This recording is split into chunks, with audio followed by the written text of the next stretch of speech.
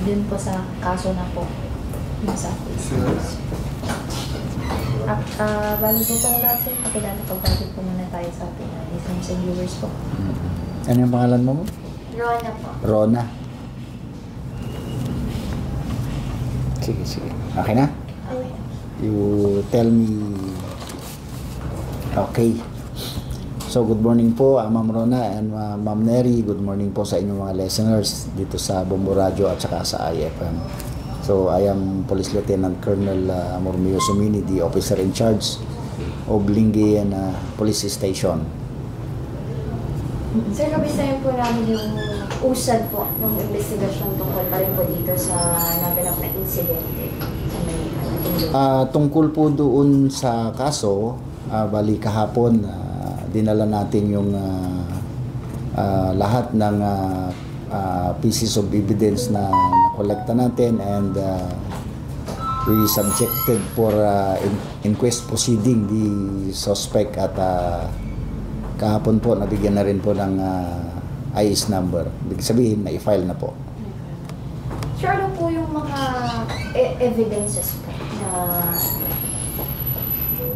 mga sinumpaang salaysay ng witnesses, and then yung result ng medical legal, ng yung nakinandak ng ating SOCO at yung complaint affidavit ng pamilya ng victim. Sir, ano po exactly po yung case po na sinapat po natin dito sa suspect? Kung may kautalang piyansa po ba ito, sir? Actually, ang nirecommend namin for filing dun sa inquest proceeding, dun sa endorsement namin ay murder, but the investigating fiscal ang na-file ay rape with homicide.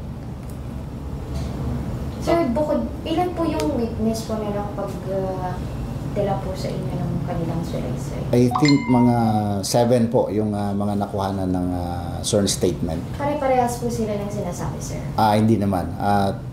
Yung iba, doon, dinitalya nila kung kailan nila huling nakita yung victim at kung sino ba yung victim at kung sino yung suspect. At yung iba naman ay before, during, and after nang nanakita siya bago siya ma-discover na wala ng buhay. Sir, linawin ko lang po kasi kahapon yung sinabi niyo po, yung unang witness po na pumunta po sa inyo para magsalaysay ng kanyang nakita. Una po nakikita niya po silang nag-aaway. Tapos nung bumalik po siya, doon na po niya inililibing. Tama po ba? Yes po, but before that, naging curious kasi siya kasi naging customer niya, bumili sa kanya ng bottle of water according to his sworn statement, yung kanyang sinumpaang salaysay. Bumili daw sa kanya yung victim ng tubig, ng bote ng tubig, and then later on, pumunta sa direction kung saan natagpuan yung kanyang bangkay. So later, dahil yung witness natin, sa mga witness natin ay doon ang kanyang area na pinagbibentahan doon sa may Baywalk area. So bumalik siya doon. Actually palakad-lakad siya. And then yun nga po na nakita niya yung victim na may kausap at parang nag-aaway. Nung una hindi pa niya nakilala na yun yung victim. Pero nung napag-isip-isip niya, yun yung bumili sa akin kanina, sabi niya. So, binalikan niya. Then later, umalis din siya. Dahil syempre, siguro maaring mag-boyfriend ito, sabi niya. So, umalis siya at pinagpatuloy niya yung kanyang gawain, yung kanyang pagbebenta ng kanyang mga products. And then, nung wala na siyang mabentahan, so bumalik ulit siya doon at nakita niya, napahapyawan niya na parang gano'n na yung eksena, yung naguhukay yung lalaki habang nakahiga yung babae. Yun po yung kanyang nasa kanyang sinumpaang salaysay. So for the record, sir, si witness at si suspect ay hindi po sila related? Hindi po. Actually, pero ang ayon sa kanya, familiar yung dalawa sa kanya. Kasi yun nga, doon yung area niya at maaring yung victim at saka yung suspect ay doon palagi nagpupunta. Sir, maybe, nasabi niya rin po ba yung interval nung oras po? Nabanggit lang niya yung oras nung bumili sa kanya. At yung mga ibang oras tayo na yung nagtanong para matansya niya kung anong oras ba. Yung una niyang makita niya nung bumili, tapos yung nung nakita na niya na yung eksena na parang naguhukay yung lalaki. So nabanggit po doon, importante po kasi yun. So tatanungin ng investigator natin yun sa kanya. So para ma-recall niya. Sir, kasama po ba sa evidences po yung murder weapon po na ginamit? Yun yung kwan natin, yun yung hinahanap natin. Actually, nung isang araw, although na-process na yung crime scene, patuloy pa rin yung ating pagtatanong doon sa suspect na kung matatandaan ba niya kung nasaan yung murder weapon natin sinasabi. Kaya lang binalikan natin, wala tayo na recover after na pinuntahan natin kasama siya. Pero may mga recovered pieces of evidence during the processing of crime scene that was conducted by the SOCO. Sir, mention din po ba ng witness kung ano po yung panghukay na ginamit ng suspect? Sorry. Yun lang po yung na tanong natin. Basta ang sinabi nung witness ay naghuhukay. Wala siyang nasabi na ginamit ng suspect na instrumento para gamiting panghukay. Actually, kung pupunta ka doon sa area, makikita mo doon na malambot yung area kung saan na-recover yung bangkay ng victim at pwedeng kamay lang yung gamitin doon. Yun po yung naging resulta ng ating ocular inspection doon. At Hepe, paano natin nasabi na may nangyaring rape po dito? Actually, hindi rin natin inaasahan yun, but doon sa evaluation ng fiscal, nagbase po kasi sila siguro doon sa result ng initial result ng post-mortem examination na mayroong laceration doon sa private part ng victim. That's why ang inirecommend nila instead of murder ay rape with homicide. So parang yun lang po yung suspect natin o meron pang tinitignan, Hepe? Gaya ng naunang sinabi na natin, although arrested na yung prime suspect na masasabi natin, hindi po tayo tumitigil doon dahil tinitignan natin maigi kung mayroon pa bang ibang involved dito liban doon sa suspect. So although na-file na natin yung kaso, it wasn't stopped there. Kailangan, sabi ko sa mga investigator natin, ipagpatuloy pa rin natin yung ating pananaliksik. Baka may iba pang involved dito. Although identified and arrested na yung prime suspect. So sir, sabi niyo patuloy na imbestigahan at kagahapon nga ay sa mismong dun po sa Facebook page ni Gov ay sinabi dun na case solved na. Yes, it is considered solved. However, ang sabi ko nga, although case solved na dahil identified, arrested, and the case was filed, however, tinitingnan natin maigi. Baka mayroon pang mga ibang involved. Hindi tayo tumitigil na porke na i-file na yung kaso against the suspect, ay titigil na tayo doon. Magkakandak pa rin po tayo ng follow-up, gaya ng sinabi natin, para nang sa ganun ay makita natin kung mayroon pa bang mga ibang involved, liban doon sa arrested suspect natin. Sir, aside from the witnesses, do we have CCTV footages na copy po? Yes, tama po kayo doon. May mga na-retract tayo, na-obtain tayong CCTV footages at we will use that as another pieces of evidence na para maliwanagan tayo doon sa talagang pangyayari. Based on the CCTV footage, sir, dalawa lang po sila, the suspect and the victim lang po ang nakikita. Yung ang isang nakita pa lang natin na CCTV footage, yung pagdaan ng victim doon sa isang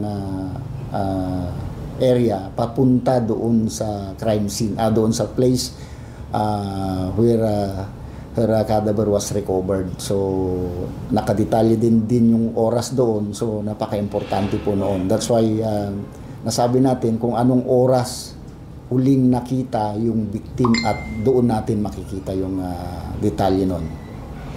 Sir, regarding dun sa suspect, may statement po ba siya na inaamin niya po na ginawa niya ito with your sa interrogation or during interrogation po, pero yung doon sa formal na kanya, doon sa formal statement niya, wala po tayong hawak doon. Although we inform him of his Miranda rights, sinabi natin kung bakit natin siya hinuhuli, liban doon, wala na po tayong hawak na sa kanya. Although nag-conduct tayo ng interrogation, some questioning sa kanya. how about the family of the victim, sir? Nakipag-ugnayan na po ba sa inyo? Opo. Kumbinsido ba sila na talagang itong suspect ay ginawa itong krimen na ito? Lalo, di ba yung suspect po at victim ay parehas na Anda. Anda.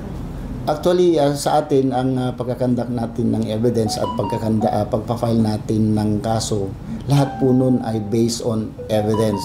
Hindi po tayo nag-file ng kaso dahil wala po tayong ebidensya. Na-file po natin yung kaso dahil sa mga ebidensya na bunga na rin ng pagsasaliksik ng investigation na kinandak natin, yung relentless na pagkandak ng follow-up at saka investigation na resulting to the identity and the arrest of the suspect hanggang may file natin yung kaso. Sa autopsy po, sir, tapos na po ba o meron pa tayong pinakandak? Mayroon pa po, bukod doon sa autopsy, may nag-request pa tayo ng para sa DNA. Kasi importante din po yun. Actually, bago kayo dumating, kapipirma ko lang po ng request for DNA examination para dito sa suspect. Sir, bukod po doon sa head injury, ano pa po yung na-injured na part sa victim? Yun nga po, yung dun sa bukod doon sa result ng autopsy na nagsasabi na mayroong head injury yung victim, mayroon pa pong nakita doon sa kanyang private part at yun nga po yung naging basihan ng investigating fiscal na instead of murder yung kaso ay nag-file po sila ng rape with homicide. Yes sir, maaari niyo po bang linawin sir? Kasi may naririnig po kami and hindi pa namin alam if totoo po.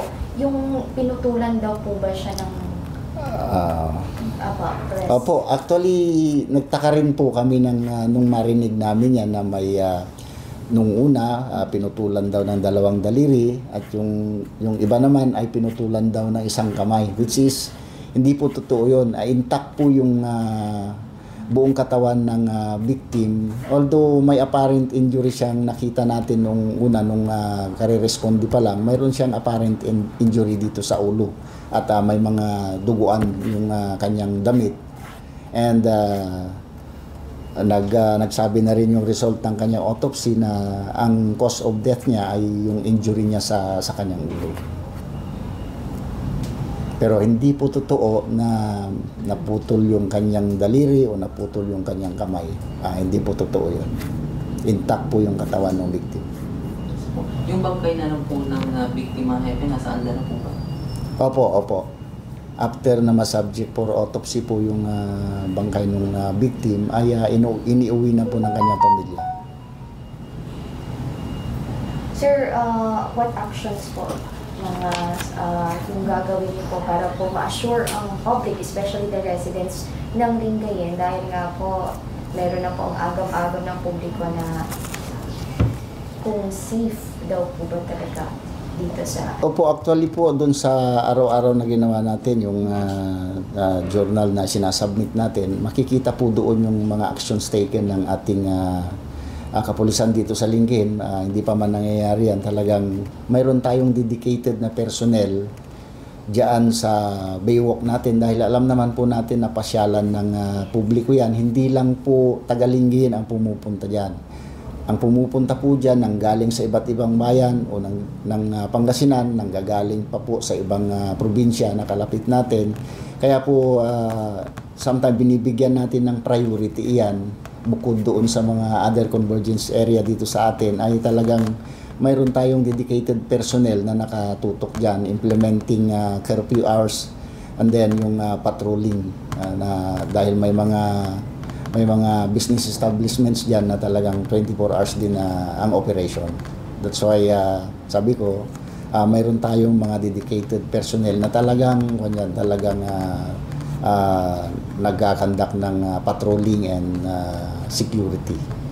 With that, sir, yung personnel po ba natin dyan, yung numbers po nila ay ganun pa rin po or dinagdagan nyo po? Kasi, syempre, yung nangyari na po. Yun pong masasabi natin kasi na itong kaso na ito ay is just an isolated case dahil bukod sa hindi man po napigilan yung pangyayari ay nabigyan naman po natin ng solusyon kaagad. And para sa akin po, enough po yung ating personnel na nakalagay dyan dahil bukod doon sa sinasabi kong dedicated personnel na dineploy natin dyan, mayroon din po tayong tinatawag na task force Baywalk dyan na kung saan naglagay ang ating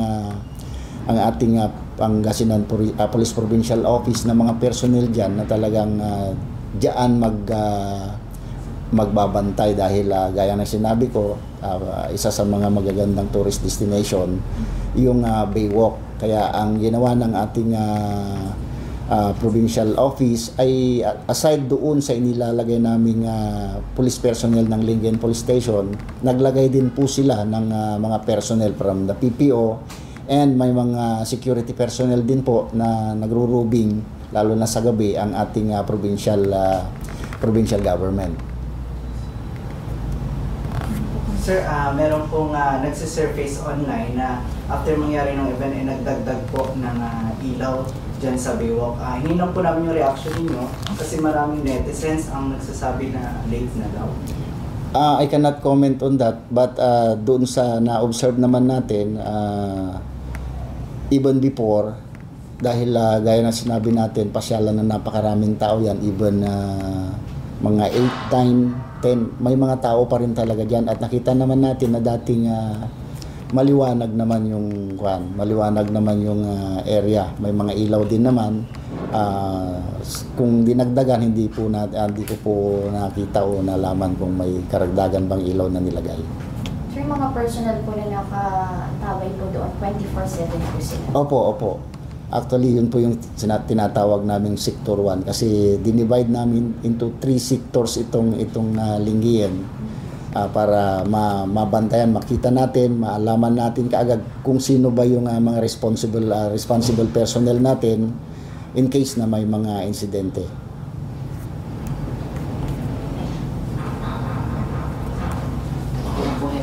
Yes, take